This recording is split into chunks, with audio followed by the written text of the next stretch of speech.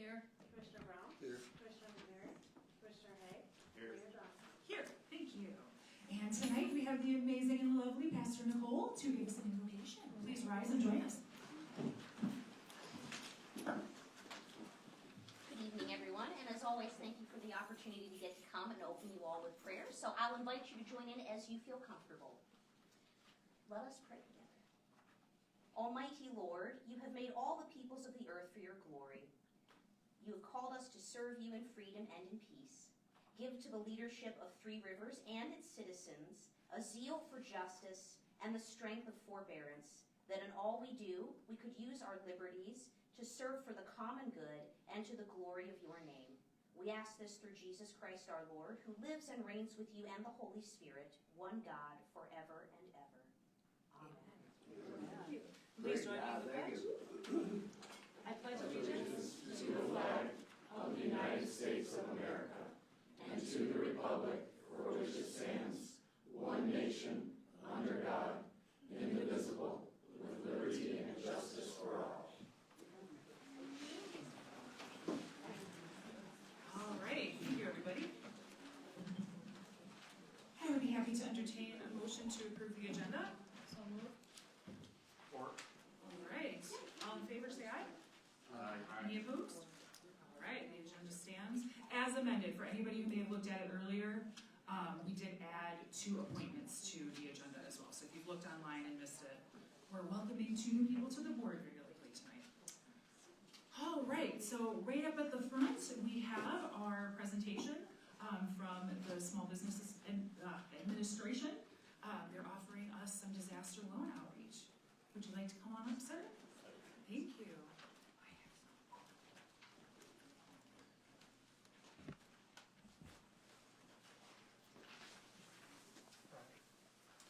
Okay, welcome.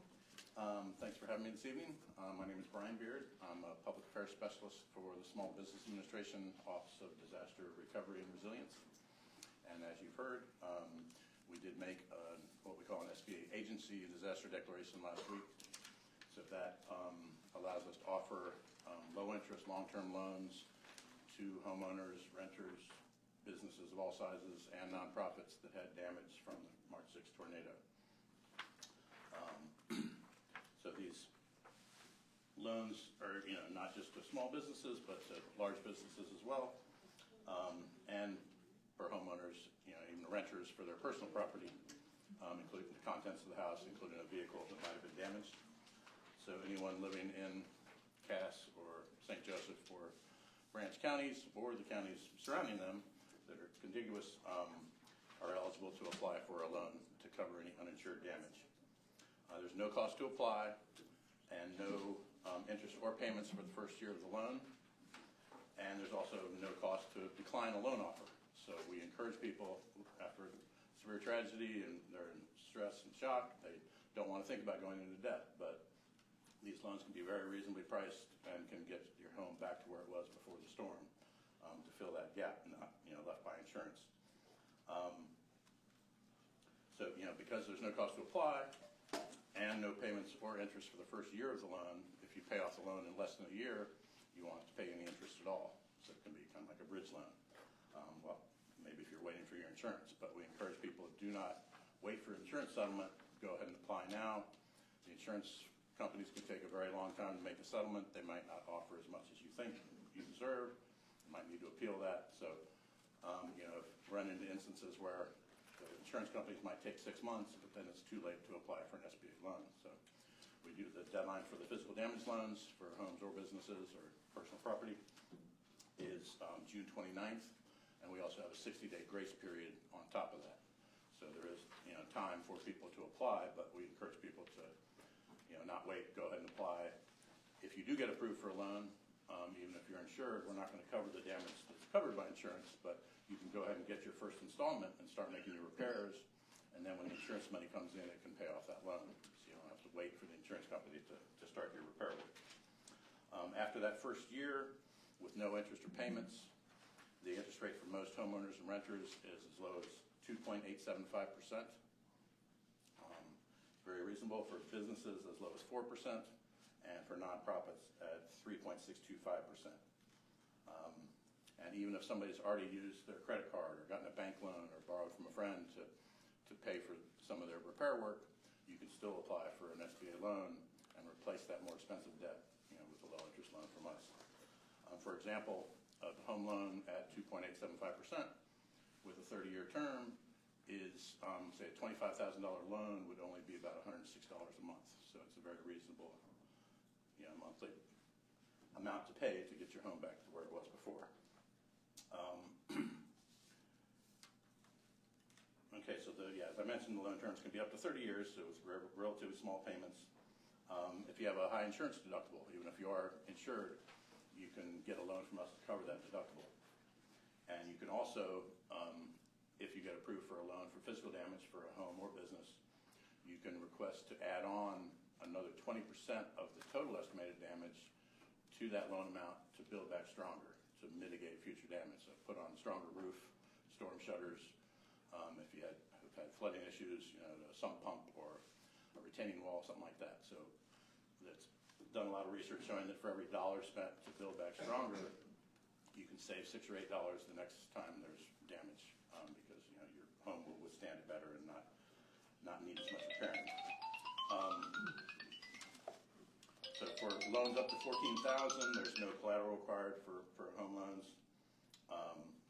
And then based on the amount of estimated damage by the SBA inspector and your ability to repay, homeowners can borrow up to $500,000 for damage to their primary residence. Homeowners and renters can borrow up to $100,000 for personal property, the contents of the home, including a vehicle or an outbuilding, like a shed. And then businesses and nonprofits can borrow a total of $2 million for a combination of physical damage, mitigation to build back stronger, and also working capital. So if a business, even if a business didn't, with or without physical damage, even with no physical damage at all, if they had a drop in income and are not able to meet their monthly expenses that they would have been able to make without the disaster happening, then they could apply for a working capital loan to get working capital to cover their monthly expenses until they get back up and running again. And, so that's another good feature. We want to keep all those businesses in business. And then also, the loans for the home loan, disaster loans, are for your primary residence where you live at least half of the year. But if you have a secondary home, if you only use it for vacationing, it's not covered. But if you rent out that secondary home and earn rental income on that and pay taxes on that rental income just like a business, you could get a business loan at 4% to cover the damage to that rental property, because that is a type of small business, and we want to keep them all going. Okay, so as you may know, we have a disaster loan outreach center here in Three Rivers at the HG Real Estate at 52 North Main Street. And so we have 3 of our customer service reps there ready to answer questions, help you fill out a loan application, and then if you've already filled one out, check your status, etc. So we encourage people to take advantage of that while it's in town, so that it's there Monday through Friday, 9 to 5, and Saturday from 10 to 2, but that's only through the 28th of May. So that will be the last day. We also have them available in Cassopolis and in Union City, but those 2 will be shutting down on May 14th. But the one here will be open until May 28th. And so that's the opportunity to get in-person assistance. And I discussed with Joseph and Leslie the possibility of trying to do a resource fair. There was an original MARC, a multi-agency recovery center, early on, but the number of homes and businesses were affected here. You would like to do another one, get some of the other community organizations and state, and so it'd be a one-stop shop for people to come and learn what's available to them. So I'm going to be working with them to plan some kind of resource fair, possibly at I heard the library meeting room is a possibly good venue. So. And just let you know about outreach. I did a radio interview with the Boise Branch County, and did one earlier PTO, but you know, contacting some more local media just now. So, but we're going to try to get the word out, all the radio stations and newspapers, to get all those trusted sources so that everybody can learn what's available. And so they realize it's directly from the federal government, and the rates won't change. So we want people to realize it's a good opportunity to fill in that missing gap. People can also apply online at lending.sba.gov or contact our customer service center at 1-800-659-2955. And we also have an email address of disastercustomerservice@sba.gov. But we encourage people to come out and learn what the options are and learn how small their payments might be for doing something like that. But another important point I want to mention, that it's not always applicable, but with tornadoes that can unfortunately do a great deal of damage to a home, if somebody's home has enough damage, enough uninsured damage, that is at least 50% of the value of the home or 40% of the value of the home and property combined, if there's that much damage that's uninsured, there is a possibility, if they get approved for a loan, to have a portion of their existing mortgage combined with that loan amount at that lower interest rate.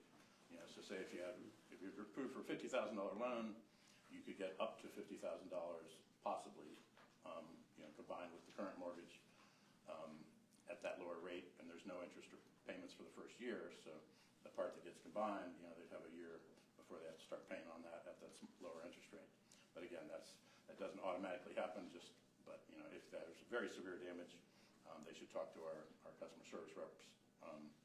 At the HG Real Estate at 52 North Main Street, 9 to 5 Monday through Friday, or 10 to 2 on Saturdays, and they could learn more about those options. So we're trying to keep, not everybody can qualify for a loan or may want one, but we want to make sure everybody can make an informed decision about their options for recovery. So, Excellent, thank you so much. Anybody have any questions? Yes. I know that some people are going to be concerned about what are the credit requirements as far as credit history. Do you know what the credit scores roughly need to be by any chance? There's not a specific, credit score. It is, based on a few factors, but credit score is one of them, but we don't have a definitive credit score. It is like getting a loan for your home or buying a car, based on the amount of the loan, and do you have the ability to repay that. It's important to make sure that all the adult, family members in the household, not just the homeowner, but the other adult family members, include all their assets and income to better show the ability to repay the loan, because that will help as well. But again, if somebody gets declined or if they get put into withdrawn status, it might just be that they haven't submitted all the information we need to fully assess their ability to repay. And so we encourage people, if they do get an email or look in the online portal and see that they've been declined or put into withdrawn status, that might just mean we need more information. So look more closely and come visit us at the Disaster Loan Outreach Center, or call the 800 number and find out what more you could submit to help your application.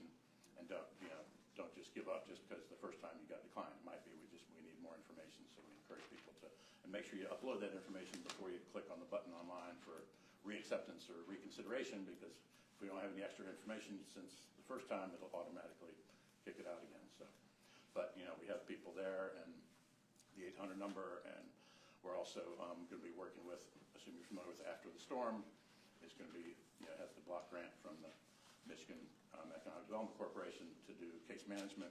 So they're going to be hiring a couple case managers, and we're going to help train them on how to help people through the loan application process as well. So there'll be a lot of people around that can help. Okay. Thank you very much. Thank you, appreciate you coming in. There are definitely a few people I'm thinking of that I'll be making sure get this information, and I'll post it on socials as well. Great, thank you. All right, next up, we need a motion to approve the minutes from our last meeting. Support. All right, any discussion? Okay, everything looked good to me too. All in favor of approving our minutes, say aye. Aye. Any opposed? All right, motion carries. Next is our probably quite brief public hearing to finalize the amendments to Chapter 5 for the general licensing and registration and permits concerning our massage ordinance. We had our first reading of it at our last meeting, and we just made like one minor edit in terms of what times we were going to allow. So this is our final reading. Okay, great. That's the formal term that Okay. it's up for official public hearing. Wonderful. So, Do we have any discussion at all? All right, I'm super happy with it. I'm grateful this is done. Thank you so much, TJ. This is something that was on my heart for quite some time. So I'm glad to see it taken care of. All right, we have a motion to approve the new ordinance as we amended it last time. So moved. Wait, I think open, open public then. Oh, I'm so sorry. I have to open public comment. Does anyone have anything to say? We talked last time. So. I know. Thank you, thank you. All right. Okay, seeing no public comments, I'll go ahead and close it, and now I can ask for a motion to approve. All right, fantastic. All right, I don't hear any discussion from the commission here. You can do either voice or roll call, whatever. Yeah, which one do you need? Usually it's roll. I would do roll just because you are missing two commissioners, that way to ensure that you have the majority. Perfect. Okay, thanks, Leslie. Commissioner Allen, Yes. Commissioner Stanzo, Commissioner Dean, Yes. Commissioner Brown, Yes. Commissioner Terry, Commissioner Hay, Yes. and Mayor Johnston. Yes, ma'am. Thank you. Motion carries, and our massage ordinance is updated. And Leslie, this takes 20 days till it's official? Okay, thank you so much. Very, very happy about this one. All right, everyone, we are at the point in the agenda where we will welcome general comments about anything that's not on the agenda. So please feel free to come on up to the podium. You have 5 minutes to talk with us. Please state your name and address for the record. Sure, come on up. Even if I know you, please state your name and address.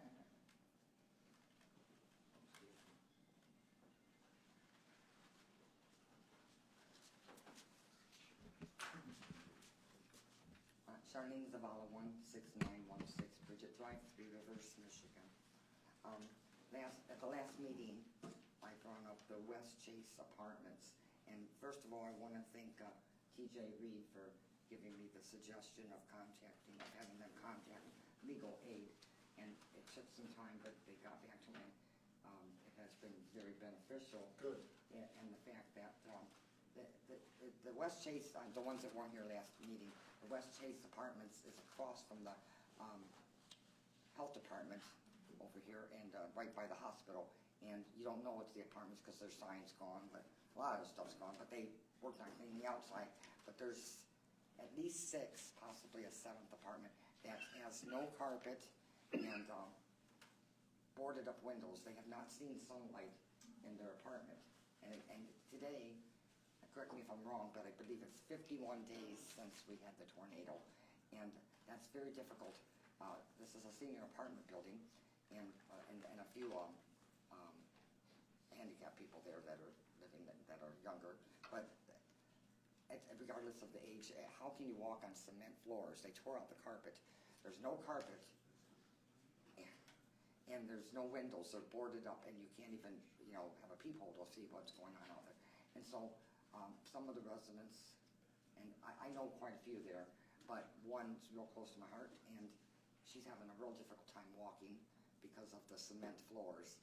And if we think back to the cave days when they lived in caves, they had a little hard time walking that the cement 51 days. I suggested to her too to talk to someone to see about getting some rubber mats. Sounds silly, but when I was a cashier many moons ago, rubber mats made a lot of difference when you're standing on cement all day. And they didn't see a need for that because it's going to be fixed in no time. Well, there's nothing been done. And I understand that the safe built okay structure, but I would think that approval might be swayed a little because now the roof's leaking and tarp has come off after the roof, but the other part still got tarp on, but it's leaking. So I don't know. I guess I want to know, would it be appropriate for someone to contact the health department to check out the air quality in the apartments? Because some of the office buildings over there told me that they're taking so long to redo the businesses because of mold. And the moisture, and we've had so much rain, we all know that. And so I'm worried about some of the residents there. They're having trouble getting around and breathing, and we're not even gonna talk about being depressed, because that's just there. And the manager is a good person. She is a really good person. She works 2 days a week there, and she's been calling off one. She can't handle much more, because the owner lives in out of state, I believe it's Missouri or someplace, and just doesn't think it's that bad. And they'll get to it, and he doesn't like the prices, and they've gotten the estimates, and I just, my heart goes out to them, and they're afraid to say too much because they're afraid of retaliation, and they fear if they speak up, they'll be evicted, because they have to pay their full rent. And it's difficult to find an affordable housing in this area, so they're between a rock and a hard spot. And a lot of them, they start crying. It's so sad. But I guess I just need to know if there's anything like, does the health department go out and check these things, or I'm still worried about if a fire were to break out. Sure. They only have one exit. Did you get like assigned an attorney or anything from Well, legal aid? legal aid's been about the best thing so far, and I think they understand the fear of the residents. And I think they're gonna try and do a blanket thing. They're gonna have some paperwork by the end of the week, and there's gotta be something done. And this owner needs to be held responsible. He doesn't like his insurance company now. Well, he's gonna change insurance. That doesn't matter, it's happened. So. Nobody likes their insurance. Yeah, so anyway, they're hoping to have some paperwork by the end of the week, although everybody that's affected is fearful to be the target for Yeah. retaliation. So, okay, but you did get old legal aid and they are, Yes, okay, and very she good. was very, Yeah. she got back to the person that called, and the person was like, oh, I'm really scared about reporting anything, but I just can't take this anymore, and I don't wanna let my kids know about the town, what I'm living in. And she has to wear her shoes all the time, because even though we got the glass out what we could, but, glass is still around there. And, it's sad, it's so sad. A couple of them just don't look well right now. And I guess, would anybody think it would be a proper thing to contact the health department? Honestly, Shar, I don't know if we're the right people to advise you on that. I would say talk with your attorney, and So I mean, it legal, couldn't hurt. Yeah, I I mean, have nobody's no- gonna get mad. I don't know if the health department goes out and does those, will do Okay. those inspections or not. they're getting theirs built, though. They started working on this rain, and that's breaking the people's heart there. They're watching the roof go up, and we have to go down and look out the lobby window to see if it's raining or snowing or whatever. But anyway, I do wanna thank you though for giving us that guidance. Oh, because, we were just at a loss, and it's not just my one special person, it's the other people I know in there, and I try to go over there low-key, I'm dodging them too, but Well, anyway. stay on top of legal aid and make sure that you get the help that you need. And Yes, those I coaches. asked her point blank, the one that talked to legal aid, so what do you think I should say to TJ tonight? Were you happy that you did this call? And she says, yes, one important thing, I haven't had anybody that would come out to see the damage inside, because nobody's seen how, it smells musty, real musty. And a couple of them were starting to get coughs and stuff. But anyway, she said, but I just wanted to, sometimes you just want somebody to know what's going on, and you can only paint and fix and put trees in the front and hide it, but she says, I want them to just know we're here. And some people thought the building was closed, like nobody was living there. No, we're living here. Because it looks bad when you drive by and you see all the boarded up windows. I don't know, I think I'm gonna call the health department, just see what they say. I think there'd be 4 units or something like that over there, and, start getting respiratory problems, oh my God, That's the last thing anybody needs. Yeah, but anyway, thank you so much. And one last thing, I noticed that, your next meeting's gonna be probably a well-attended one from what I hear around town. Are you looking at having it here Hey, that's a great question. with the And seating? if you run out of time, we can use my time. 'Cause Time is up. I don't have a limit. But what do we do when we have too many people in City Hall? I know some people have high school, Yeah. they've used a church or something like that, somewhere. Let's figure that out. We don't need to figure that out this moment. Capacity's 47. 47. Oh yeah, straight ahead, okay. Let's have a conversation about that out of the meeting, but it's a good one to bring up, Sean. Okay, Thank you. that was just something to concern me because Yeah, what are we this gonna do? place has been filling up and I thought, oh, I've heard a lot of people around town saying they're Right. coming. And so you hope that they are. And like I say, a couple from the building, one Maybe. would make it because like one just is afraid to be retaliated against. So it's sad. But thank you so much for doing what you do. Good job. Thank you, Shar. And thank you, TJ. I want to tell everybody, TJ actually reached out to Shar privately, sent a lovely email, got contacts involved. Thank you, TJ. You went above and beyond, and I'm grateful. Thank you. All right, continuing on with public comment. Come on up.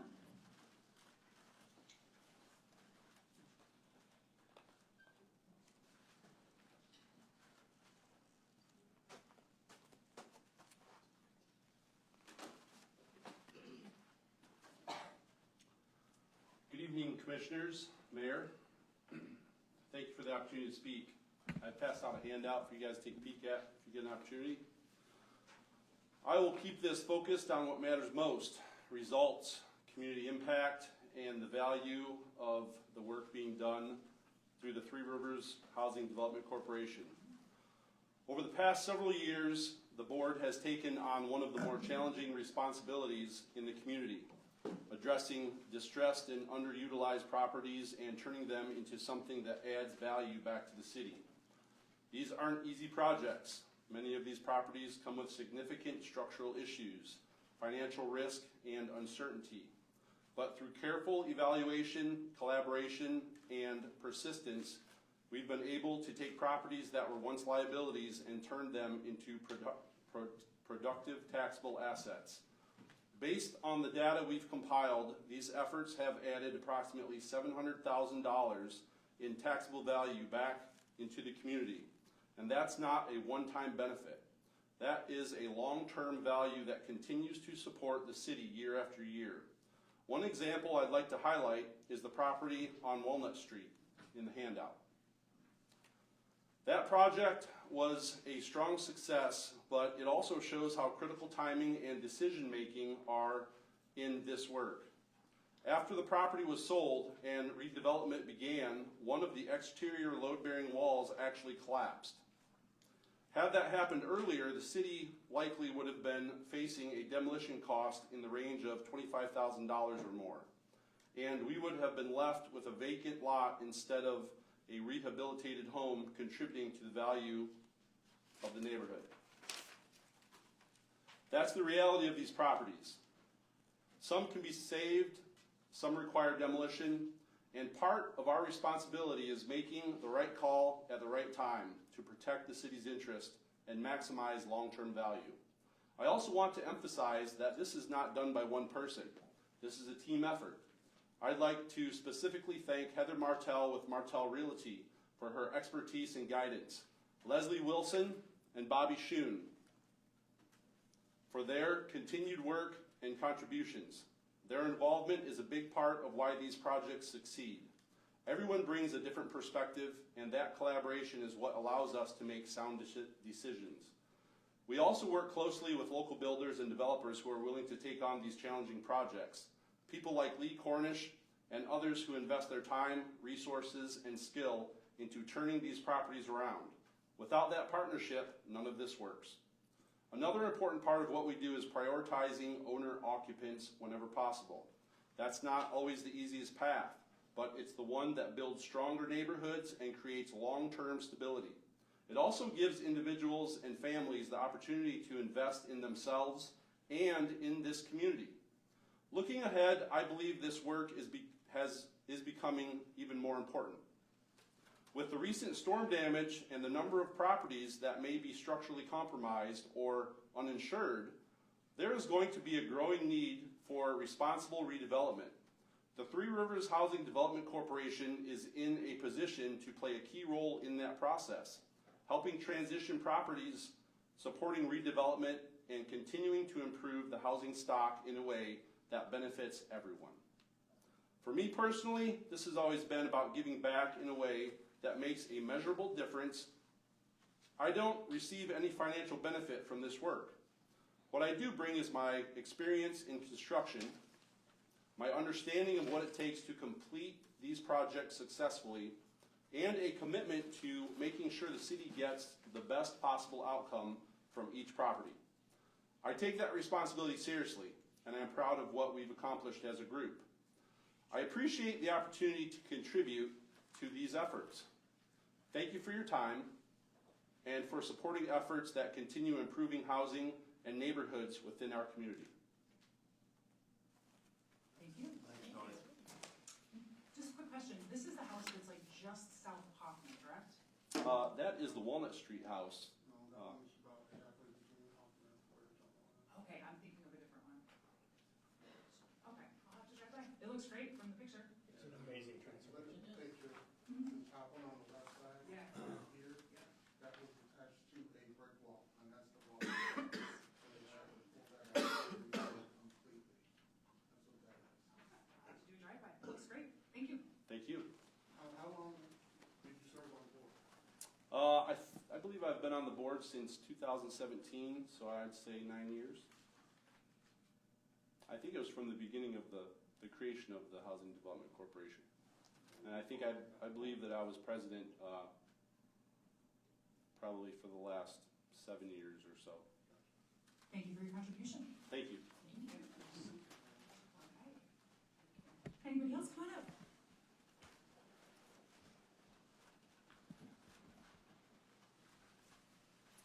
Hi, my name is Delta Montcalm, 210 East Street. Come to talk about our favorite potholes.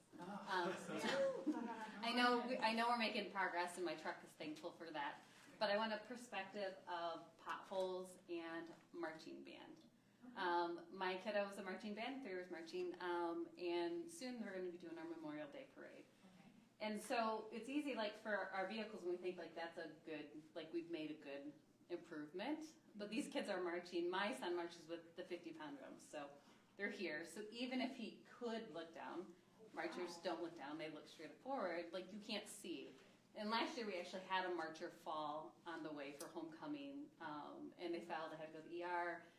And I get it. I mean, it's not like the city's fault, but it's just when we're patching those, if we can have a perspective of the kids and then, our servicemen and women that are going to be carrying flags out to the cemetery.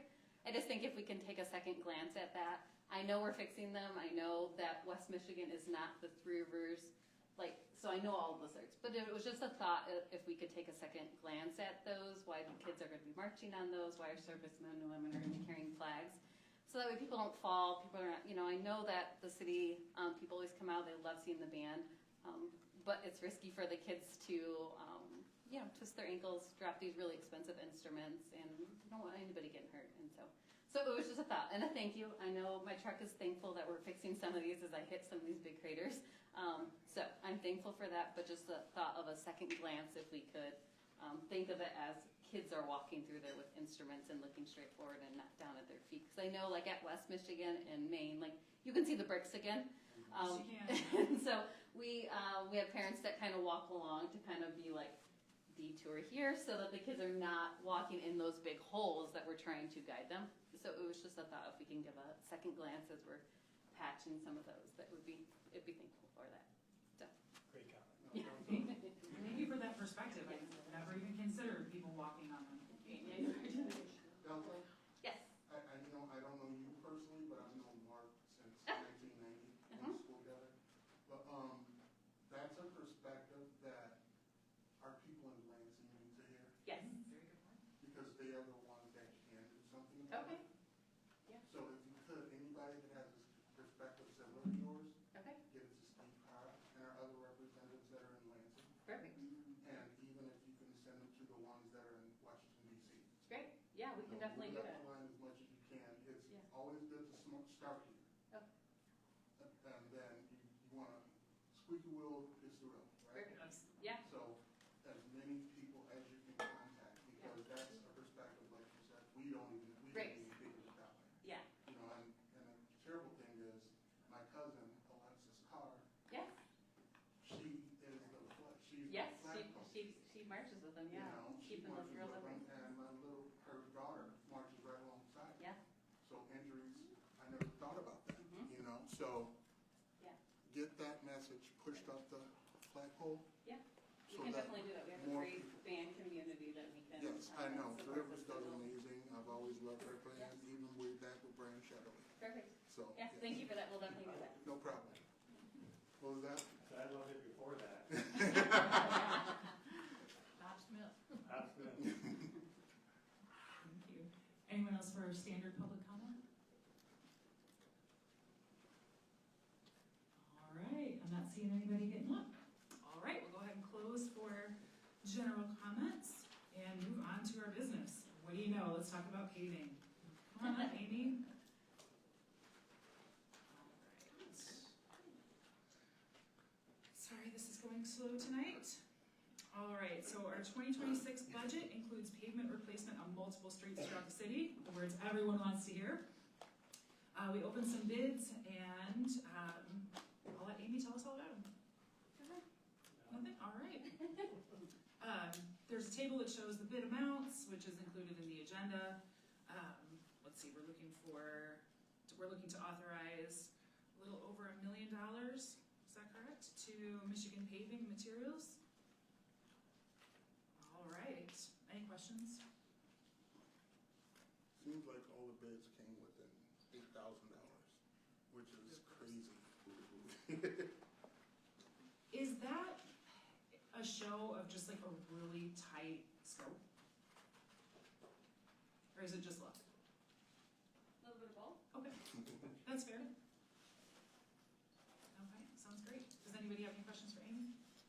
Open up to public first. Just asking for questions. Would anyone like to praise the city for what we're about to do or ask us any questions? Come on up. I just wanted to say, I noticed the city filled in a low spot on Constantine Street, and I really appreciate that. Nice, thank you. Thank you for the praise. Anybody? All right. This one seems pretty straightforward, Amy. All right. I'd be happy to entertain a motion to approve Amy's recommendation. Support. All right. All in favor, say aye. Aye. Any opposed? Motion easily passes. All right, Amy, I think you're up for the next one too, correct? Motor pool? All right, let's see, the ask is slowly coming up on my screen for an allocation of $28,500 from the motor pool fund balance to pay for some invoices that have already occurred and for some, is it preventative maintenance or just stuff you know needs to be done? Stuff we know needs to be done.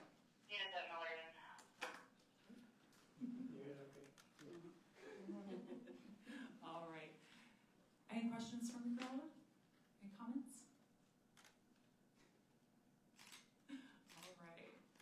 Anything up here? Questions? All right. I do have one. It looked to be like these were all public works vehicles. Is that accurate? Okay. How are we doing on our first responders vehicles? So we, police have a portion of motor pool, like they have a different part of that fund. Okay. So I'm not exactly sure. Okay, no, that's fair too. Okay, so there could be, because I noticed that they were pretty low a while ago. I haven't actually checked that line item in a minute, but it looked like they were probably gonna need a few bucks at some point too. Emergency services? No, I'm sure. Okay, all right. It's expensive. So this proposal isn't that they don't need it, it's just it would come from a different. It come from a different, and that will request them when they're ready. Okay, sounds good. All right. I'd be happy to entertain a motion to approve. So move. Support. All right, all in favor say aye. Aye. Any opposed? Motion to approve carries. All right, next up is a recommendation to approve some money for the roof at Conservation Park, which is from last year's storm, correct? Let's see. Yep, the storm in 2025. We opened bids in March, and the insurance offered us $33,000 and change, and the bear cage fencing is in there too. Can you tell me what that is? It's not like the bear cage from Sidmore, right? Yeah. It is, okay. It was also damaged in the storm, that's why it was all included in the insurance reimbursement. Gotcha, okay. I didn't know if that was something, like, the name for something else in a pavilion at Conservation Park. Okay, thank you for clearing that up. Any questions or comments from the crowd? All right. Any questions or comments up here before we move through? We have a motion to approve, I guess. It seems kind of quiet. Support. Okay. I see, there was one that came in at 14.5. That just seemed like they didn't have, they weren't gonna do the scope of work that we needed. Is that what that was? They That's weren't my second capable of it? That's what I figured. Their experience didn't match the scope of work. That's what I figured. So I'm just curious, did they, because we kind of came in touch with this before, where there was one bid that was much lower and we recommended against it. When you put together the scope, are all these companies filling out essentially the same paperwork? And did they just leave things blank, or was it just very obvious that they weren't gonna be able to handle it? So this one is a lump sum bid. Okay. It's not line item bids. Okay. But in there is a specification that says this is all the work that needs to be completed. A lot of it, based on the interviews that I did for the two low bidders, comes down to experience or lack thereof. So I looked and they have pretty decent reviews from what I could see. That is a big savings, so. And what I noticed, you know, I've done remodeling projects, and what I've noticed in my professional life is a lot of people who haven't done the work before will come in at a low bid, and then when they start the work, they realize that they have no way of possibly completing the work with that bid. And if it's something that you've never done before on a grand scale like this and working for the city, I can definitely see us having to do change orders multiple times to get it completed, which will make it drag. Does that make sense? Does that sound about right, Amy? That can be how projects go, yes. And then, I mean, we could potentially be coming back to approve more money than even the next bidder, so. And when we do our homework and we notice that the low bidder may not have done work like this before, it's really not fair for us to award a project to them that, again, they may not fully have the handle on that scope. It's really a disservice to them as well. Sure. Do we have any kind of vetting process in general that we put bidders through before they can bid? Or is it just open to whoever? It's open. Okay. Commissioner Allen, do you have any questions? No. Okay. I remember you brought up some questions the last time we were in this predicament, so I wanted to check in with you. All right. All right, so we have a motion on the floor, I believe, correct? Okay. Any further questions? All right. All in favor, say aye. Oh, I'm sorry, of approving this motion. Say aye. Any opposed? No? All right. Motion carries. Thank you. Thanks, Amy. All right, the consent agenda. I have just one question on this one. In our invoices, I noticed 4 different small payments for Vita Davina. Do we know what that is? Who that is? I'll be back in. Okay. There were multiple payments, and it's just a very unusual name. And some more attorney work as well. And some car wash subscriptions I keep seeing. I'd like one of those too. All right. Any questions from the crowd about our consent agenda? I would be interested in knowing, like you, what that name means next time you meet. That would be good information. Thank you. Sure, you're welcome. I go through every dollar, so when I see something that I don't know, I generally ask, so. All right, do we have a motion to approve the consent agenda? So moved. Support. All right. Any further discussion? All right, all in favor, say aye. Aye. Any opposed? Consent agenda carries. All right, guys, we're moving right along tonight. I knew this would be a quick one. All right, so halted board appointments until we could make sure things were in order. And we've opened them back up, and there are 3 people up for appointments tonight, one of whom is here. So I would love to welcome Maurice Kelly to come up. If you'd like, no pressure if you're not. Come on up. All right. Maurice is seeking appointment to the Three Rivers Housing Development Corporation. Hello, my name is Maurice Kelly, live on 8th Street. And well, one of the things is I've always had a passion to help people all my life. You know, so I want to try to be in position to be able to do that. And so being on the Housing Authority, I figure it's a way where I can help other people that's less fortunate than me. But I don't know, when you're dealing with the Housing Authority, when you're dealing with houses that have been demolished and damaged, and yeah, like I was listening to a lot of stuff that he was saying, you know, it could be a hard thing because I know a lot of these houses are going to have to be brought up to code. I think that's one of the stipulations on them getting the property, if they try to get the property, bringing it up to code and stuff too.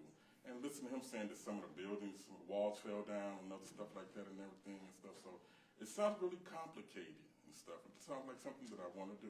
Good. Thank you. Thank you, Maurice. Appreciate it. All right. Maurice, just by the way, he's the only one who could make it tonight. I did check in with the other 2 folks, but they were unavailable.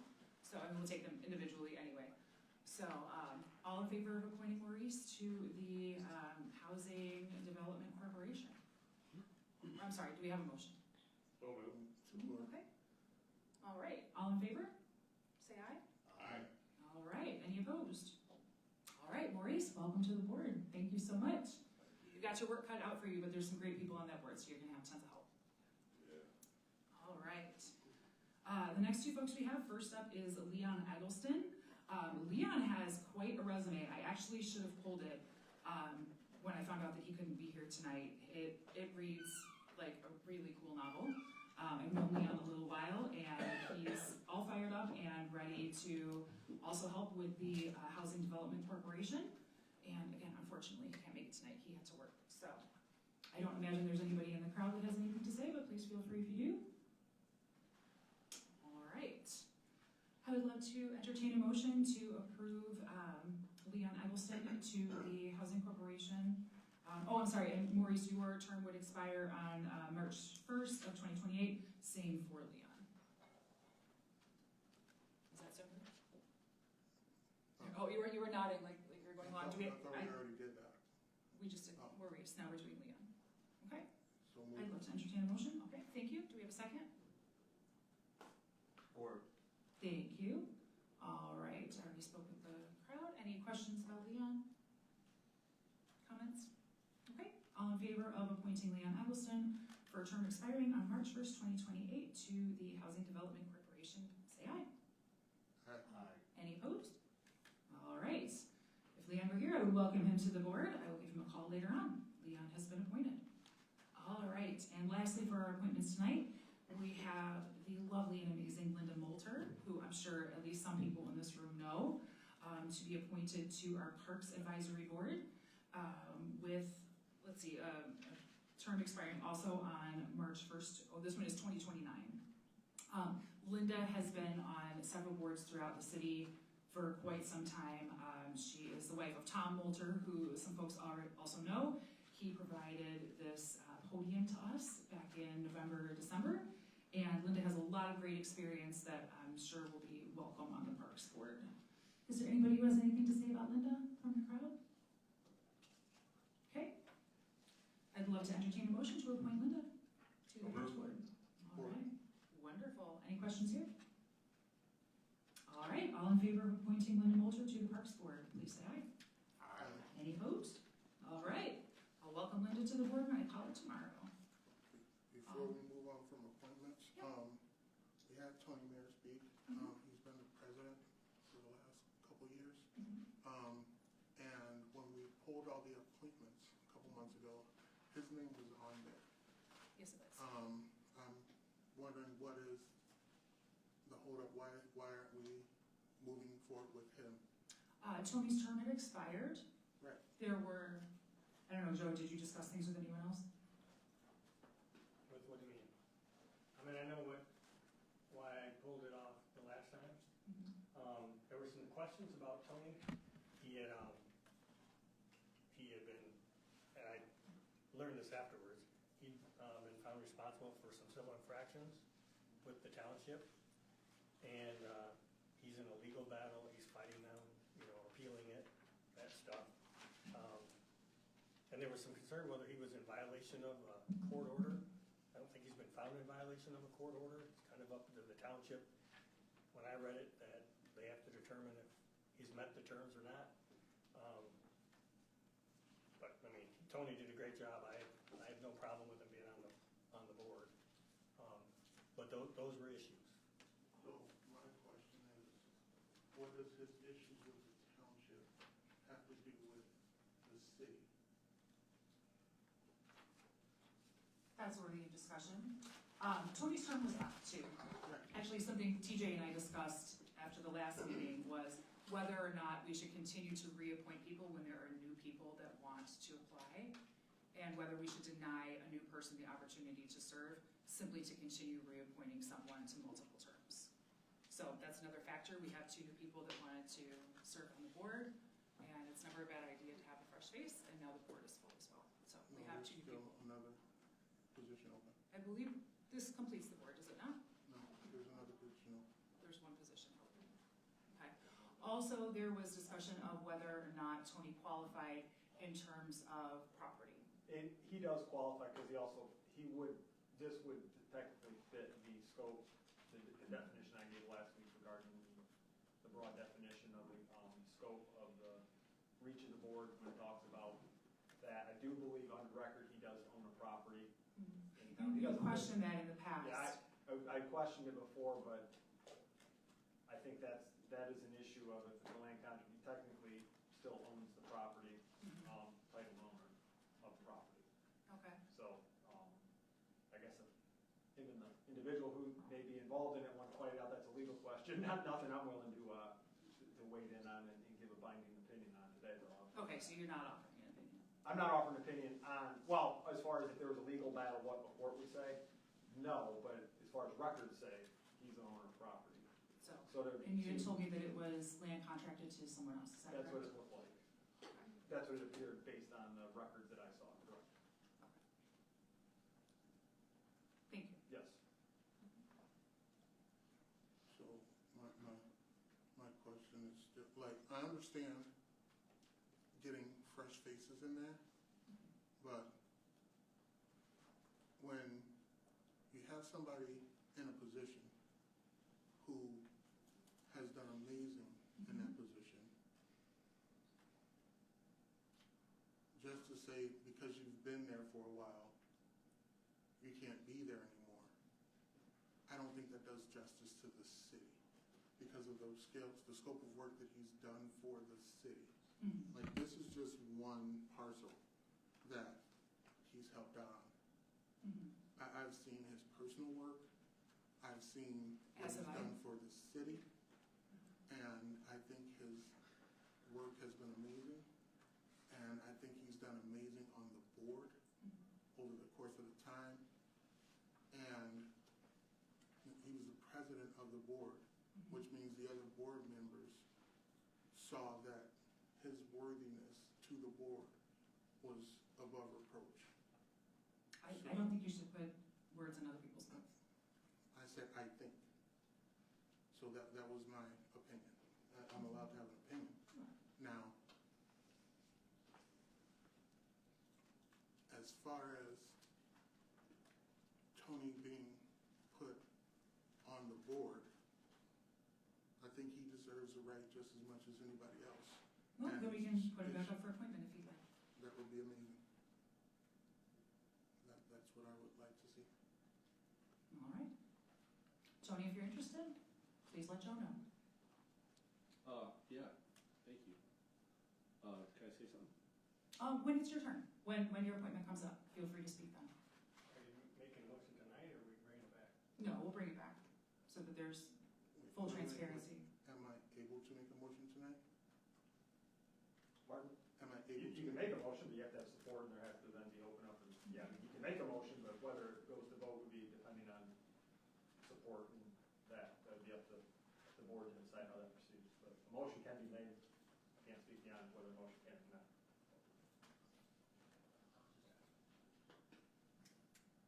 basically, if you want, you can make a motion, as long as somebody supports it, then we can open up discussion and vote on it. So I would like to make a motion to put Tony back on the board. I support that. All right. Tony, would you like to speak? Thank you, Mayor. You I can come believe- back up if you like. What's that? You can come on back up if you like.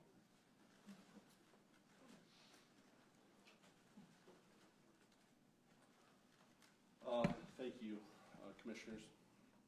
I believe my construction and redevelopment experience brings practical value to these projects. These properties are complex, and having someone involved who understands construction, structural issues, budgeting, feasibility, and long-term property value is important to making reasonable decisions for the community, especially with the redevelopment challenges the city is facing going forward. If you guys would like the help with for me to continue as being on the Three Rivers Housing Development Corporation, I would be honored to help our community. I've never collected any payment or anything like that for it, or any type of compensation. I'm strictly looking out for the community, and that's it. And if I can answer any questions, I'd be happy to. Thank you. Thank you.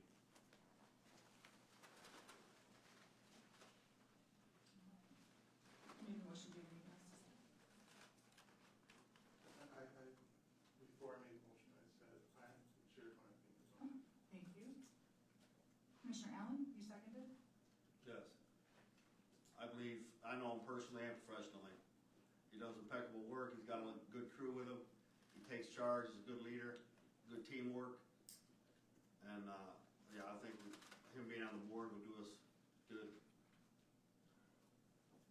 I agree. Thank you. Commissioner Hay, anything from you? Seemed like a good guy to me. Came here all dressed up nice and everything, so. I wish we had a little time to speak with the rest of the board, as we usually do when we offer an appointment. But that's it. I've been asked privately not to share my opinion, so I'm going to hold my opinion and be polite to TJ.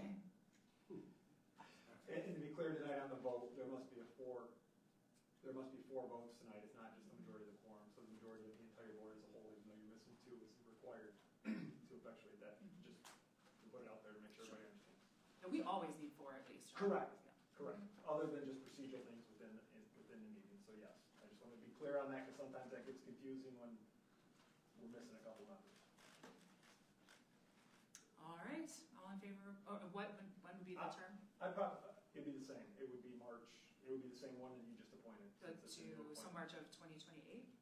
Correct, because it was a vacant, my understanding, Leslie can double check the math on that, but this was an expired term that came up, correct? Tony, so. Yeah. I'm looking at the chart, that's why I believe that is correct, so I think it's the same as Mr. Kelly's, and the other one. All right. Actually, I'm looking at the chart too. And let's see. We had one appointment for 2028 and then two for 2029. So we just did two for 2028. Okay, that's why I said I'll default to Leslie, she's the, Okay. keeper of the dates. Did I mess that up? Did I read the wrong one?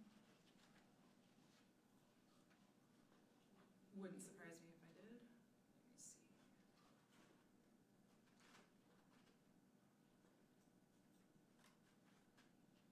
No, they were both listed as 2028.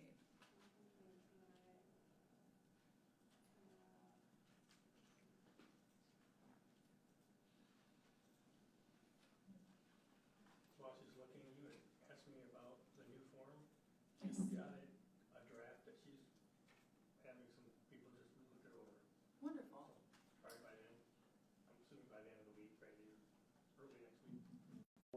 With the subject matter and on that board, the commission take into consideration. As far as how you do, which term ends when, that's a commission decision. That, I don't think there's really a legal position that I take one way or the other on that. That's We your could decision. also punt it to the Could we not? Now, you should really make the decision here so that board doesn't have to deal with that. I think the commission here sets the term, and you kind of send them off to the board and say, we've been appointed, you're appointed to this term, and then they work it out amongst themselves on their duties. But I do think that this board here, under the act, is required to tell them when their term expires. Yes. I guess, I mean, I kind of feel Maurice is brand new. He's never served on the board or on a board. He's gonna have 2 years to really get his feet wet. And there's no reason that he might not be reappointed again if he wants to keep serving. So, I mean, it's not like you're saying either one of them's gonna be done. They have that right to keep going if they like it, you know. We already know Tony likes the board. We're hoping Maurice does too. I mean, we want him to, you know, sometimes you put pressure on people that really isn't needed, you know? He's got two years to get his feet wet. With no, yeah.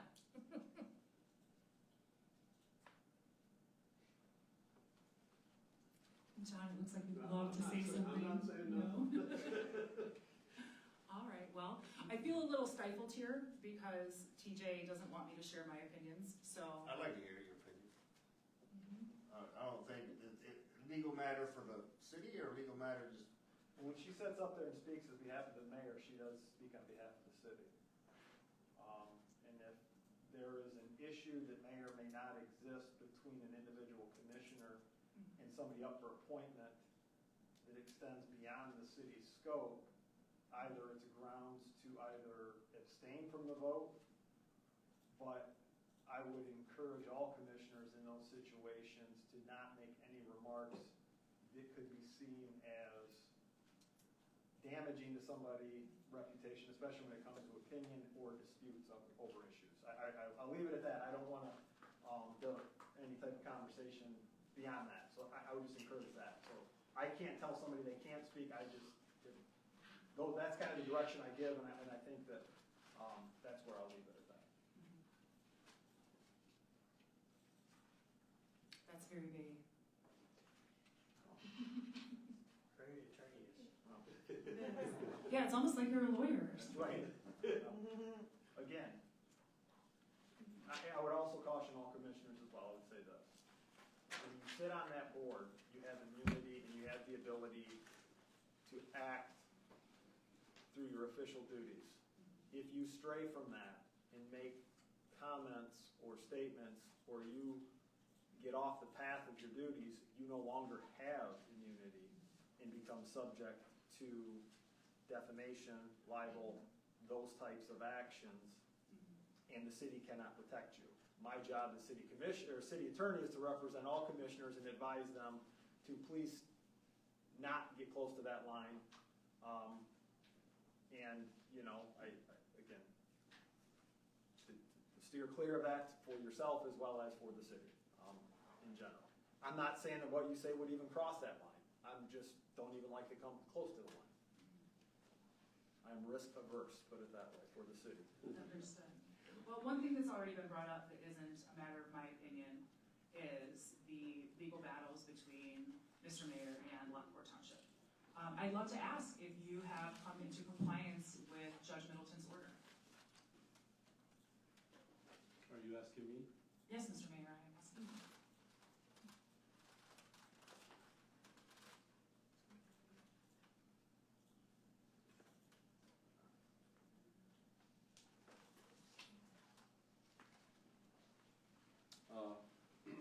Mayor, Yes, sir. I'm here to talk about the work I've done for this community, and I stand by those results. As far as how long the appointment might be, I think you should consider the best interest of the board. We've seen a lot yes or no question. of people come and go. Whether or not you had come into compliance with Judge Middleton's order. I have not been found in contempt of court or out of compliance by anyone. Have you complied with Judge Middleton's order? That's my only question. I've taken the proper legal action to address those issues. But thank you for asking. have a non-answer. You might get 4 people to agree with you tonight, I don't know. Praise the Lord. All right. I don't have any further questions. All in favor of appointing Tony, we don't even have a date yet. What did we decide? What's the answer here? We have 2 29s and a 28. Who gets the short straw? We got a quarter. What's that? Anybody got a quarter? Well, we have 3 people. We have 2 brand new people that want to serve our community. And we have 1 person who has for quite some time. So two have been appointed to 2028. By mistake. Right, one of those has to go to 2029. Correct. So, again, I'm just saying, so the options would be if you're debating back and forth over that, since it does not appear on that, board can do it at once. The motion can be amended to make it for a 2028 or 2029 term. The second would have to agree to the amendment. We didn't actually determine that in the motion, did we? No, it was not determined. That's what I'm saying. So the Right. motion would need to be amended to specifically call out that term. Could be. That's up to you. I mean, we have to do something. Right, I'm saying that would be an option. I can't make the decision for the board, but that may be the easiest way. If somebody feels strongly, specifically the person who made the motion would be the appropriate person to put that out there, then whoever supported it would have It's to your support motion. Commissioner Brown, who would you like to give the short straw to? Here's what I would do. And I don't see it as a short straw, because I believe in Tony's work. And I believe that when he comes up again in 2028, I believe he'll get reappointed again. So I will amend my motion to a term that ends in 2028. Commissioner Allen, you still support it? All right, we're good. All right, all in favor, say aye. Aye. Any opposed? Me? I say no. But the motion carries and Tony is appointed until 2028. Welcome to the board. Thank you. I hope you continue to do good work and don't do anything bad. All right, everybody. That is it for business tonight. We are back to city commissioners' comments and city managers' comments. Commissioner Brown, do you have anything else? It was your floor. Commissioner Hay, anything from you? No. All right. Commissioner Allen? No. All right. Commissioner Day? Well, I'd just like to say everybody missed, if you didn't know, last weekend was a big doings out to Armstrong Park. Lacrosse team was there and they brought about 3,000 spectators. And 3,000? Wow. the Pirates had a tournament also, baseball team, a travel baseball team for 3 Rivers, and with several teams there. So it was a full house all weekend. Full house, literally. So there'll be another lacrosse tournament sometime this summer, and I'm not sure when the date is. But if you really want to see something, get out and see all the kids that are participating, from little to big. It's a lot of people. They bring between 3,000 and 5,000 people to each tournament that we have. That's it. All right. Anything for you, TJ?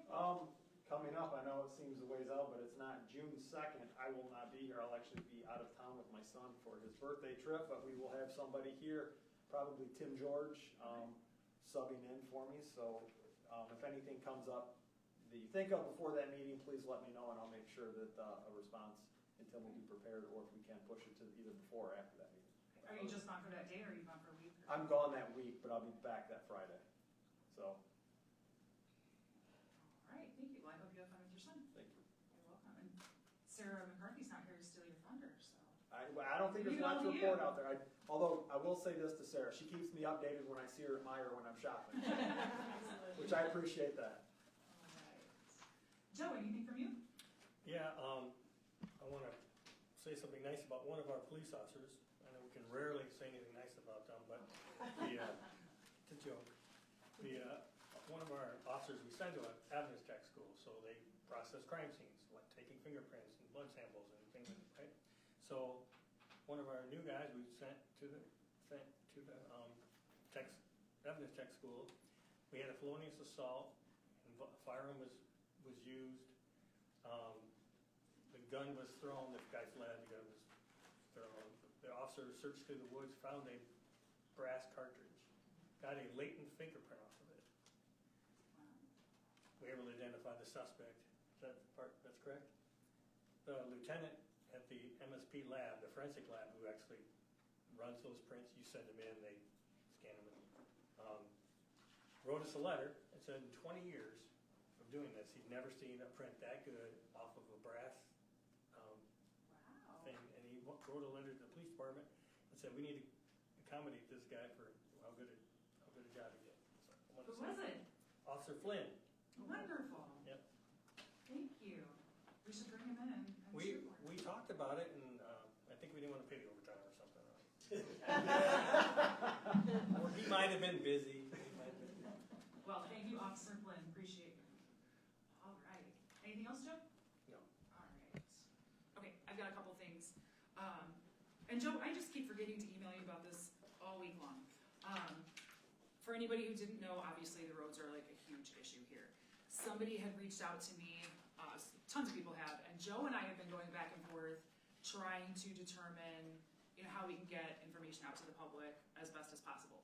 One of the maps that Joe sent me had a key, and one of the things read CMP, which I believe is Capital Maintenance Program for North Main, correct? Mm-hmm. And I looked a little bit into what Capital Maintenance Program means, but could you tell us a little bit more about what that is? I'm sure you're far more familiar. I'm gonna have Or Amy do Amy? Okay, great, thank you. I had a lot of questions about that particular job. It's, in our terms, it's a mill and fill. Mill and fill, okay. Yep. Tell me a little bit about that. So I believe the plan for that one is remove 2 inches of asphalt, put 2 inches down. Oh, so it's like, Yeah. take a lot off and put a lot on. So it's not just filling holes, it's not just filling cracks. No. It's like, would that be considered a pretty good resurface? Yeah. Is that, yeah? Okay. Yep. That's not too strong of a word? No, and kudos to MDOT because originally that portion was not included, Okay. and they found additional funding to do that work. So, Do we know the influence of that? I don't know, there's a lot of MDOT people on their staff and on this project, so I don't know exactly which person, Okay. but they I'm grateful definitely, to them. Who to send the thank you note to? yeah. All right. It's all managed out of their Marshall office. All right, wonderful. Thank you, Amy, I appreciate it. Next up, Joe, you and I have spoken in the past about the Goodwill Big B TSC parking lot. Holy smokes, that thing is terrible. Everybody knows it's terrible. My phone and my emails are ringing like crazy about this parking lot. Joe, you had let me know that we had worked with the owner in the past. He was, and correct me if I'm wrong, he was going to have it fixed and the contractor pulled out, and now we're basically back to square one, and that this is an out-of-state owner and we might have to take legal action to move it forward. So, yeah, we've written him additional notices, tried to contact him. Yeah, and as far as I know, last I checked, he hadn't returned our calls. Okay. Even if he just turned part of it, rounded out, and put it back to just asphalt grindings. But it is horrible. Legally, I don't know what the next step is. Right, what are our options? Somebody also mentioned that the Burger King parking lot is terrible. I don't go there, I don't know that one. And is there any difference between something as huge as the parking lot we're discussing and one little restaurant parking lot? Legally speaking, like where are limitations? I have not looked at, I would have to go back and look at the property maintenance ordinance to determine what is required. Okay, It is a private property. I mean, it is open to the general public though, so that is, and I do agree, even though they're private, that parking lot is utilized much differently than the Burger King parking lot. certainly. And I've almost lost my car in that parking lot, so I definitely appreciate Yeah, it's definitely wrong. the concern. So I can look into that and what the options are, and I can present back at the next meeting what type of, what that would look like. Okay. Long-term, the difficulty in a project like that for the city if it were a regular property maintenance issue and we issued a notice of violation, citation, went to court, got a judgment, and then got a compliance order, you could force compliance or go back and then the city can cause the work to be done and put it back on the taxes. However, that's a pretty large project that the city would have to budget to do it, to undertake itself. I don't know what that would cost. I mean, most of the time we're talking about maybe some demolition of outbuildings, fixing some steps, nothing of this scope. However, I will bring all of those options back to the commission. Okay, thank you. I mean, we all know how bad that one is, and yeah, I doubt there's any of us in here who are happy with it. Okay, thank you for that. I look forward to that, TJ. Code enforcement. That's another thing that I just constantly get calls and emails about. Do the rest of the commissioners get communication from citizens about code enforcement? Not as much about code enforcement, but other things, yeah. Sure, but code enforcement specifically? No? Commissioner Hay? No? Okay, then I guess I'm taking the brunt of it. I'm consistently asked the same questions. Why are these things let go? It bothers me the most when I have elders of the community that say things like, our town used to look so much better. Why have they let it go? Why have they let it go? Oh, you're talking about like blight? Yes. Yes.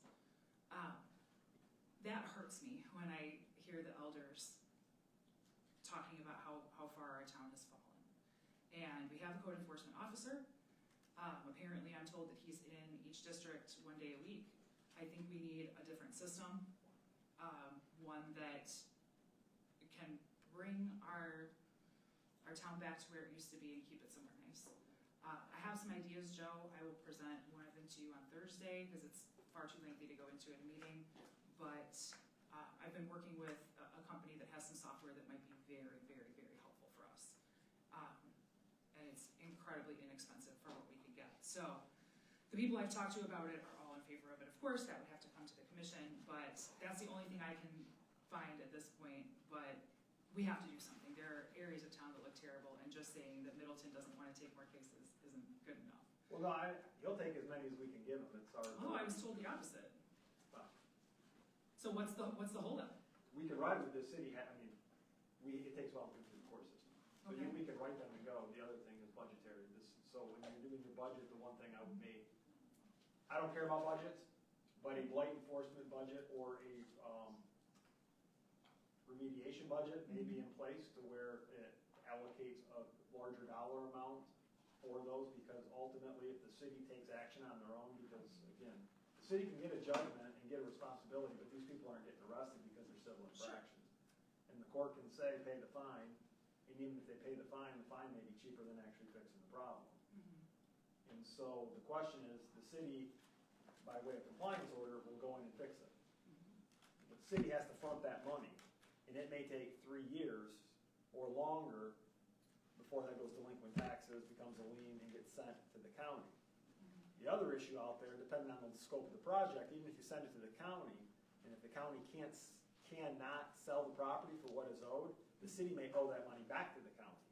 So the city ultimately is on the hook and responsible for the upfront payment of any of these fixes or these costs. So that may become a budgetary issue that the commission could look at and say, this is kind of the budget we're working with for these type of projects. And I would encourage, reach out to Safe Build. They have a good feel for, what those costs, and depending on the type you're talking about, I don't know. Most of them are trash, disabled vehicles.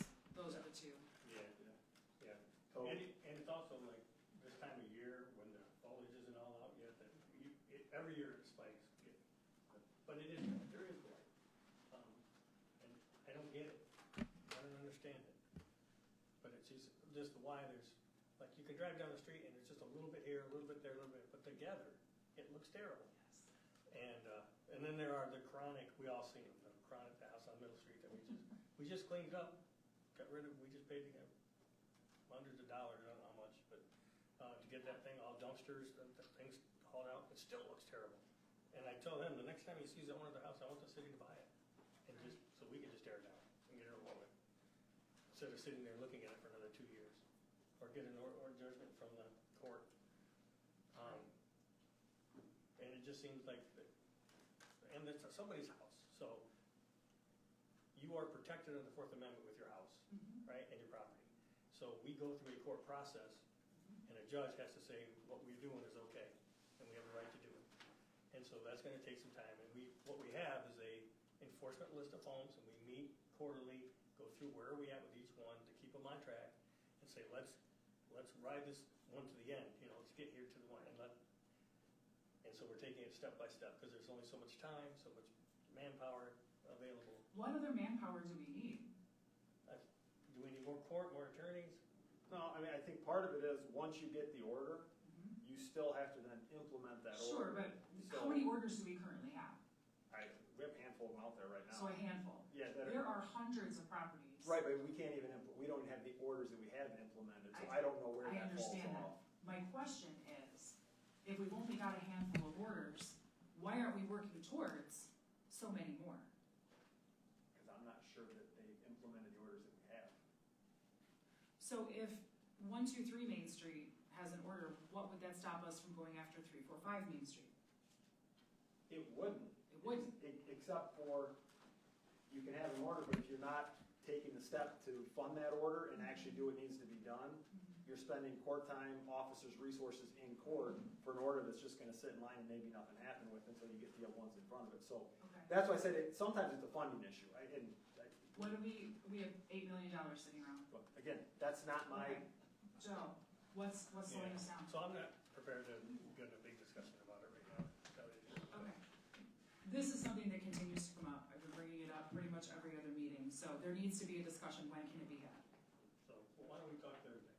We'll talk Thursday. All right, we're putting a lot on Thursday. We've only got a handful of hours, so let's at least schedule something when we meet on Thursday. We can schedule a different meeting, because I doubt we'll have time. All right. What's that? All right, next up, Safe Built. Joe, I've been forwarding you some of the complaints that I've received. Since the tornado, they've spiked. I'm hearing the same complaints that I had. Things like they come to inspect a roof and they won't bring a ladder. We had a woman who works with HUD, who, Joe, this is one of the ones I forwarded to you, who was given the runaround. Citizens being given the runaround. Hopefully one got taken care of today. A gentleman who was dramatically impacted by the tornado, who was just trying to get his electricity turned back on and was waiting for them. That's been a common complaint. I hope it's time that this board start talking about Safe Built. It seems like I get more complaints than anybody, and that's just generally the nature of this position. But I'd love for you to ask people who've dealt with Safe Built how their experiences are, because I've yet to hear. I've heard one. Joe, you forwarded me one good compliment on Safe Built. I'm over 3 with them myself, and that's not an opinion. I mean, they refused to bring a ladder to inspect a roof twice. So you guys can feel about that however you want to feel about that. But one other inspection of mine was electrical. They wouldn't tell me what was from 1930 and what was from the week before. And the deck could be an opinion, but in terms of that, we pay Safe Built an ungodly amount of money, and I don't feel that our citizens are getting their money's worth. So I hope that the rest of this board can put some thought and some effort into talking to people so that we know that what people are paying is actually leading them the right way. Because these inspection fees aren't just supposed to be a fee we pay the city. Homeowners are supposed to have the understanding that their homes and these projects will be inspected and to know that they've been done right. One woman that reached out to me about having to pay too much said hers was a roof as well. They wouldn't bring a ladder for her roof either. And the inspector told her, "Oh, I know that contractor. I see the truck in the driveway. I'm sure it's fine." Well, if that contractor was on the project and it's not going to get an inspection, why should she have to pay? So I hope that a bigger conversation comes, because I'm going to start having to get loud about it because my complaints are stacking up. Next up, there was a meeting. I'm sad that Commissioner McNary's not here tonight, because I'm sure she would have had some good things to mention regarding the issue with our homeless people here in town. Leslie, you were there too, right? Yes, you were. If you have anything to, and you were there as well, if you have anything to chime in with, please do. I think with Commissioner McNary, because she works in this industry. One of the things brought up by 2 homeless individuals who were there was using things like gift cards to grocery stores and such as incentives to give homeless people something to do. Have them clean up a park and get a gift card. Have them clean up an area and get a gift card. I don't know what the legalities of that look like, but I think it's something we should at least, not necessarily in this moment, but something we should explore. There's a lot that could get cleaned up in our city, and as we've all discussed tonight, maybe this is a way we can honor people with some work, give them some of the things they need, give them some dignity, and help them help our community. I'm really sorry I'm not seeing Commissioner McNary tonight because I had an update for her on some particular people. So, TJ, you're kind of, I see you've got I'm your thinking about thinking it, cap on. I'm thinking, I'll see about All right, your let's question you just posed there. All right, let's talk about that sometime in the near future. Next, Charlie Walgamood's plan for the farmers market is complete. The DDA meeting is Thursday, and they will be voting on the farmers market. So hopefully that will all move forward. I don't believe he's presented you with the plan yet, correct? If Charlie did it, I'm sure he did a great job. So if there are any questions, please reach out to me or Charlie about that when you get it. Next up, I'm sorry nobody was there for it because there was a beautiful ceremony from the Tzu Chi Foundation. It's a Buddhist organization that is international, and they came to take care of some of our tornado victims. Sunday, they came to the middle school and put on an absolutely beautiful ceremony where they blessed people with amounts of money and a beautiful, very warm blanket, a gorgeous little, basically a piggy bank that was similar to what the founder used when she started.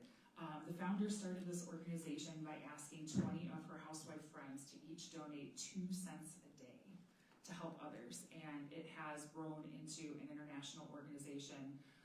They bless our community with thousands of dollars, and I'm super grateful to them. They had volunteers come from Chicago, Detroit, and I believe Columbus, Ohio, and it was a very beautiful thing to be a part of. And Chief Bowling, I'm going to try to catch your eye here. Do you know what happened to me after that ceremony? Did you hear? Because I don't want to necessarily, I didn't get a chance to chat with you beforehand on whether or not this is public, but did you happen to hear what one of your lovely officers helped you with? And is it okay for me to say so? No, I didn't hear, so I'm interested to hear. All right. I hope I don't let a cat out of the bag. I'm going to do it anyway. I had recently prayed that God keep me humble, and he did a good job. And at this organization's ceremony, I locked my keys in my car. And it was cold and rainy and windy and a crappy day. And I called a friend and asked, hey, are you good at breaking into cars? And he said, no, but dispatch might help you. So I called dispatch and they asked me questions like, is there a baby inside? You know, I said, no, just be perfectly safe and completely embarrassed, standing here out in the cold.